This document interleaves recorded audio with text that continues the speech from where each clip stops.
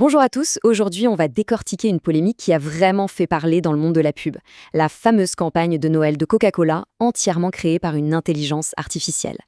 Mais on va voir que derrière ce simple bad buzz, cette histoire nous en dit long, très long, sur le futur de la publicité. Ah, Coca-Cola et Noël. On a tous cette petite musique qui résonne dans la tête, pas vrai? Ce sentiment hyper familier, presque un peu magique, qui revient chaque année. Il faut dire que pendant des décennies, la marque a bâti toute sa légende de Noël autour de publicités devenues cultes. Le Père Noël, les ours polaires, ce sont des images qui font carrément partie de notre culture commune, bien ancrée dans nos souvenirs. Mais voilà qu'en 2025, c'est le drame. Le coup de théâtre.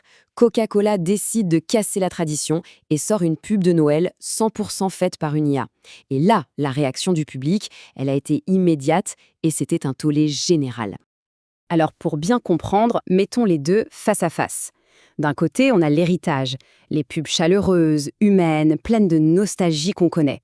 Et de l'autre, l'expérience IA, une pub froide conçue par un algorithme, avec des animaux un peu étranges, et qui a déclenché une vague de critiques. Mais alors, qu'est-ce qui n'allait pas concrètement? Eh bien, les critiques ont été sans pitié. On parlait d'animaux avec des regards vides, sans âme, de textures jugées laides, bizarres, d'animations super maladroites. Le résultat, c'était un mélange un peu glauque entre un hyper-réalisme dérangeant et un style dessin animé complètement raté. Et pour couronner le tout, même la musique n'allait pas du tout avec les images. Et très vite, la colère a dépassé le simple côté artistique. Ce commentaire, vu sur X, résume tout. La marque Coca-Cola est rouge parce qu'elle est faite du sang d'artistes au chômage. C'est une phrase choc, mais elle dit bien l'inquiétude que beaucoup ont ressentie pour l'avenir des créatifs humains. Et bien sûr, l'humour s'en est mêlé. Et parfois, c'est ce qui fait le plus mal. Ce commentaire sur YouTube est devenu complètement viral, la pub la plus rentable de l'histoire de Pepsi. Voilà, tout est dit. Le bad buzz monumental pour Coca, qui devient une pub gratuite pour son plus grand concurrent. Bon, on a bien vu la réaction du public, maintenant on va changer de casquette. Essayons de nous mettre à la place des équipes marketing de Coca-Cola pour comprendre ce qui a bien pu leur passer par la tête. Parce que la question, elle est là. Pourquoi? Pourquoi avoir pris un tel risque, surtout quand on anticipe une réaction aussi négative? Pour avoir la réponse, il faut regarder un premier chiffre. Une pub animée classique, de haute qualité, comme celle qu'on adore, eh bien ça prend un temps fou à faire. On parle en moyenne de près d'1 an de travail. Une année entière. Et la réponse, elle est là. La pub générée par l'IA a été bouclée en seulement 1 mois, un seul petit mois. Le gain de temps est juste hallucinant. D'ailleurs, le directeur marketing l'a même présenté comme un véritable exploit. Mais ce qui est fou, c'est que le temps, ce n'est qu'une partie de l'équation. Si on regarde ce graphique, on voit bien que quand on passe à l'IA, les délais s'effondrent, mais les coûts de production aussi. Et ça, pour une marque, l'argument économique est imbattable. D'accord, mais comment ça marche ce truc, en vrai? La technique de base, c'est ce qu'on appelle le prompting. En fait, c'est assez simple. On donne une instruction écrite, une sorte de commande à l'IA. Par exemple, crée une scène avec des lapins heureux, 2 labradors et 3 écureuils qui mangent des noisettes. Et à partir de là, l'IA génère une première version que les créatifs peuvent ensuite retravailler. Mais il ne faut pas se tromper. L'affaire Coca-Cola, ce n'est que la partie visible de l'iceberg. Derrière cette polémique, il y a une révolution beaucoup plus profonde et souvent invisible qui est en train de secouer tout le secteur de la pub.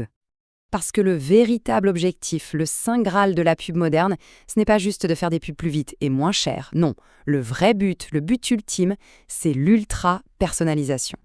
Prenons un exemple très concret qui existe déjà. Imaginons, on est en train de regarder un film en streaming. Une IA analyse la scène et repère un espace vide, un panneau publicitaire au fond, une table basse, et hop, en temps réel, elle y incruste une pub pour un produit, mais pas n'importe lequel. Un produit choisi spécifiquement en fonction des centres d'intérêt de la personne qui regarde. C'est ce que propose une start-up qui s'appelle Riff, par exemple. Et là où ça devient vraiment dingue, c'est que la même scène du même film va montrer des produits différents à des spectateurs différents. Une personne verra une bouteille de soda sur la table, tandis qu'une autre, au même moment, verra un paquet de chips.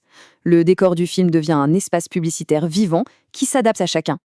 Et cette personnalisation à l'extrême, elle ne va pas rester sagement confinée à nos écrans. Elle est en train d'arriver dans le monde réel. L'avenir, ce sont des pubs dans la rue qui vont s'adapter à nous. L'exemple parfait, ce sont les panneaux publicitaires intelligents. Demain, un seul et même panneau pourra afficher une pub différente selon la voiture qui passe devant. Ce tableau l'illustre très bien. Une Jaguar passe, et hop, une pub pour une montre de luxe s'affiche. Juste après, une Clio arrive et le panneau bascule sur une promo pour McDonald's. Le ciblage se fait en fonction du revenu estimé du conducteur. On est donc en train de vivre un changement de modèle complet. On quitte la publicité d'aujourd'hui qui envoie un message unique à des millions de personnes en même temps pour aller vers la publicité de demain. Un message unique créé sur mesure pour chaque individu. Alors qu'est-ce qu'on retient de tout ça? Premièrement, que l'affaire Coca-Cola, ce n'était qu'un avant-goût public d'un changement bien plus grand. Deuxièmement, et c'est vraiment le point clé, la révolution de l'IA dans la pub, ce n'est pas tant de savoir comment les pubs sont faites, que de savoir pour qui précisément elles sont faites. Et enfin, que tout ça, ce n'est pas de la science-fiction, c'est une technologie qui est déjà utilisée dans certains pays. Ce qui nous amène à une toute dernière question, un peu pour faire réfléchir.